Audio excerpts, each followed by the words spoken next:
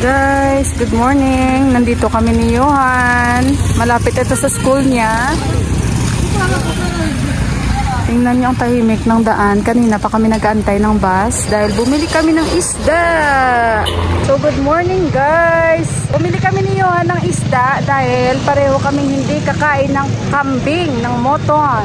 Kasi kumain ako kahapon. So sabi ko kay Dipa, hindi ako masyadong kakain this time ng kambing dahil syempre baka mahirapan ako mag-digest. Paborito ko din naman yung kambing guys. Pero this time hindi ako kakain ng marami kasi ngayon guys parang halos lahat ng mga handa kung saan saan kayo pupunta ng mga bahay is kambing. Puro kambing. Sa bahay ikambing din ang aming maluluto. Yan din tomorrow. Ay, tikahan na. Bukas na guys ang kanilang dasay. So bukas kambing din ang kakainin doon. Pero may mga gulay-gulay din sila. And paborito ko nga talaga yung kambing no. Pero i-avoid ko lang kasi nga siguro kain ako konti lang na portion. Hindi na ganun katulad before na madami.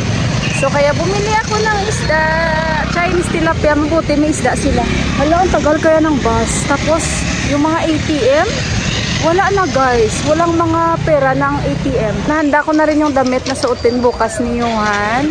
Dahil si Dipa kinanda niya na rin yung susuotin niya. And, pwede rin naman kami malakad pero malayo guys we just wait kanina pa talaga kami. So ayun guys at wala talaga guys bus. Maya maya konti. Bukas lakadan na naman. And today is the last day na pag pagkatay nila ng mga kambing. Coming 22 days. Oh, mas excited si Johan at ako sa pagdating ni Ama. Alam, tagal kayo ng bus. Ilan lang kasi yung bus na nagbiyahe this time guys. Pero at least kahit paano may bus dahil nakasakay kami. Yung yung tindahan naman ng mga isda, hindi sila nagsasara. Si Johan gustong kumain ng hipon, takot ako magpakain sa kanya. Gawa nga na yung mga hipon, hindi fresh. So sabi ko kayan bukas, try natin, tingnan ulit kasi open sila. Makakadaan kami I think dito. So tingnan natin. So yun guys, nag-antay pa rin kami ni Johan. Antay-antay lang muna kami. At mamaya ulit guys, balikan ko kayo. Masaya ako, may isda ako nabili. Guys, maglakad na lang kami ni Johan kasi walang bus. Ang tagal na namin nag-antay. Ay anak, the fish, parang wala lang kaming dalang isda si Johan naman pag naglakad. Marami ako nakikitang naglalakad. Sige lang, magsushortcut na lang kami ni Johan. Hanap ako ng paraan. Basta nakabili ng isda, okay na yun. Lalo bukas, wala talaga. Ayan, maglakad na lang kami. Decide anak, kami dog. Anak ko, decide sarado na kasi nga halos yung iba umuwi talaga sa village nila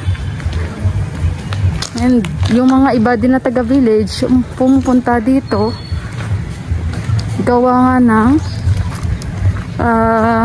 nagsaselebrate sila nandito yung mga pamilya nila. Si Johan wala pang kain, yung sinama ko pinainom ko lang ng tubig dito guys kasi baliktad pag saan pa yung may festival sila. Yung mga may business, sarado talaga sila. Wala ka talagang mabibilhan. Kaya, bago ang kanilang festival, ano yan sila? Lahat-lahat, parang ang dami ba? Sabay-sabay. Kasi alam nila sarado. Wala talaga yung bus anak. Tapos halos ATM wala mga laman. Ayan guys, habang naglalakad kami ni Johan ay bigla naman itong dumating yung bus. So kaya sobrang saya namin ni Johan at nagdali-dali na kami sumakay dito. Guys, nandito na kami sa bahay. Nagutom na ako kaya kumain ako ng saging.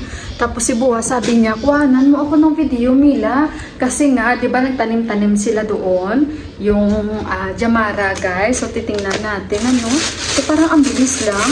Ito guys, namili ako, tingnan niyo. Ayan namili ako doon okra. Ayan, balatong, kalabasa, coriander.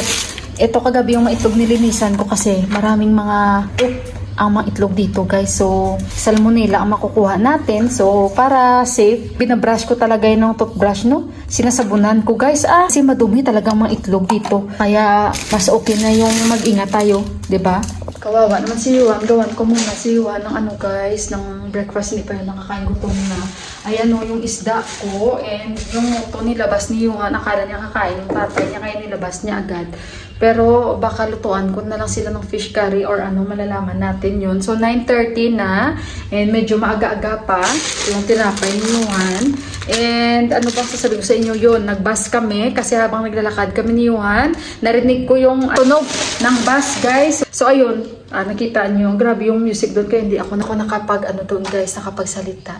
So sandali muna at medyo nangihina ako guys. Gutom talaga ako. Kakain muna ako dahil hindi pa ako nakakain. Hindi ko alam kung si Buwa ano nang ginagawa niya kasi may blanket siyang dala. Hindi ko alam kung anong gagawin doon ni Buwa guys sa kanyang temple, no? Kasi hindi man siya magdadasal. Pero sabi niya, kuhanan ko daw siya ng video. Ay, hindi ko alam kung anong unahin ko. Si Deepak naman naglilinis doon sa taas. Okay guys, kakatapos lang namin kumain. And multitasking ako kanina dito. Talagang nagluluto ko paksiw. Tapos tinulang isda. Tapos sa kanila fish curry. Grabe guys, sa isang lutuan, 3 putahe ang niluluto ko. At hindi ko malaman-laman kung ano na yung mga lasa-lasa. Except sa isda nila ni Buwa kasi nilagyan ko ng chili. Pag hindi ako kakain guys, syempre kinukonsider ko rin yung lasang gusto ni Deepak. Si Buwa medyo ano siya sa maanghang eh. Hindi ganun. Pero nilalagyan ko ng chili like 1 peraso. Kasi si Deepak, mas gusto ni Deepak medyo may anghang. So since hindi ako kakain, and si Johan, so nilagyan ko siya ng chili. And kaya yan ni Buwa. So sa kanila yon. And sa akin, kasi hindi ako kakain ng kambings. This nila festival. Kasi kumain na ako 2 days. So ayun, baka mahirapan ako magbanyo. Yung ganun ba. Kaya ayun guys, bumili kami ni Johan ng isda. So thanks God at meron silang Chinese tilapia yung paborito ko. Masarap din pala sa bawan. So sinabawan ko yung kalate, yung mga ulo tiyan, pinaksiw ko, and yung mga laman na iba sa kanila ni Buwa and ni Deepak. And si Yuan, pinirituhan ko na 4 na nahiwa guys. So ito, hinimay-himay ko sa kanya kanina. Ayan. Ay, nagpapahinga-hinga ako dahil busog ako. Ayan sa bandyado na talaga ako kumain dahil tamad na akong kumuha dun sa basket at gutom na rin. So nagpapahinga-hinga muna guys. Sabi ni Deepak sa akin, binilhan niya daw ako ng gold papaya pala. So ito yung ating friend, maya-maya kung di kakain din ako. So ayan guys, at medyo napagod-pagod pa at magpapahinga konti, maglilinis ako dito. And balikan ko kayo mamaya-maya guys. Hello guys, naantay ko dito si Johan dahil mag-birding si Deepak. And tingnan nyo guys, yung mga motor nila. Kasi nga, ito yung araw na ito na pupudyan nila ang kanilang mga sasakyan. Ayan, lahat-lahat na. Nagsimula na talaga. Bukas na yung highlights ng paglagay ng tika. And today is the last day sa mga gustong magkatay ng kanilang mga kambing. Kami from the talaga kasi 3 days yun. May pati pagkatay ng mga kambing nila, no? May araw talaga. So 3 days yun na pagkatay ng kambing nila dito.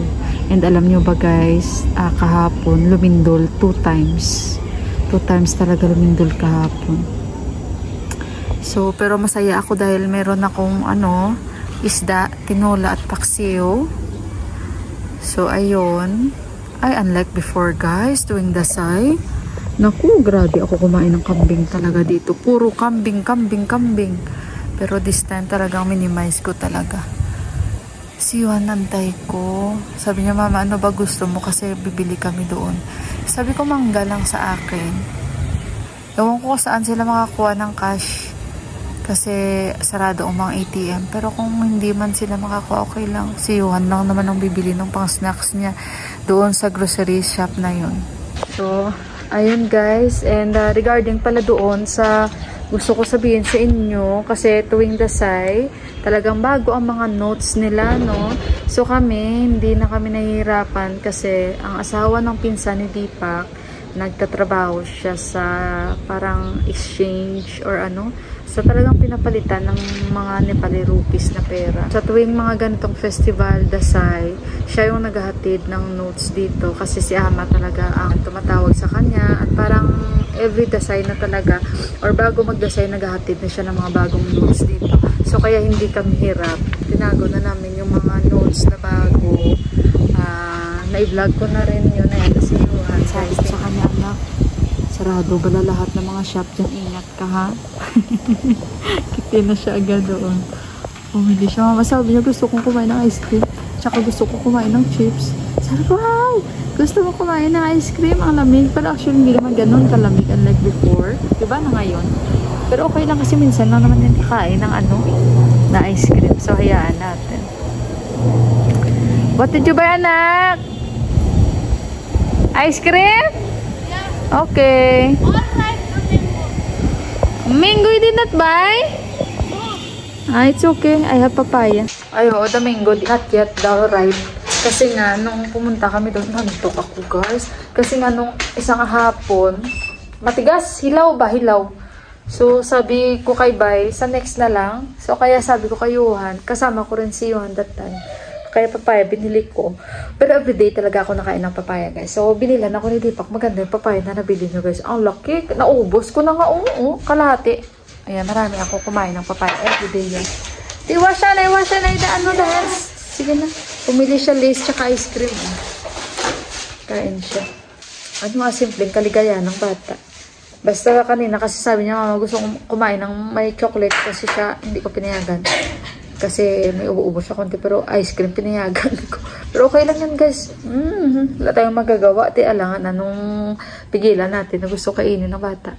So, ayun, guys. At yun na nga sa mga notes. Yun, every dasay siya talaga nagati dito. From 5 up to 1,000. Hindi naman ganun kadami, guys. Yung mga na-budget na ni Ama na alam niya sino na ang dapat pagbibigyan. Mga ganito naka-ready na yun. At, so, abangan nyo na lang yun, guys, bukas ng aming celebration. Ganun din, guys. Wala nang pagbabago.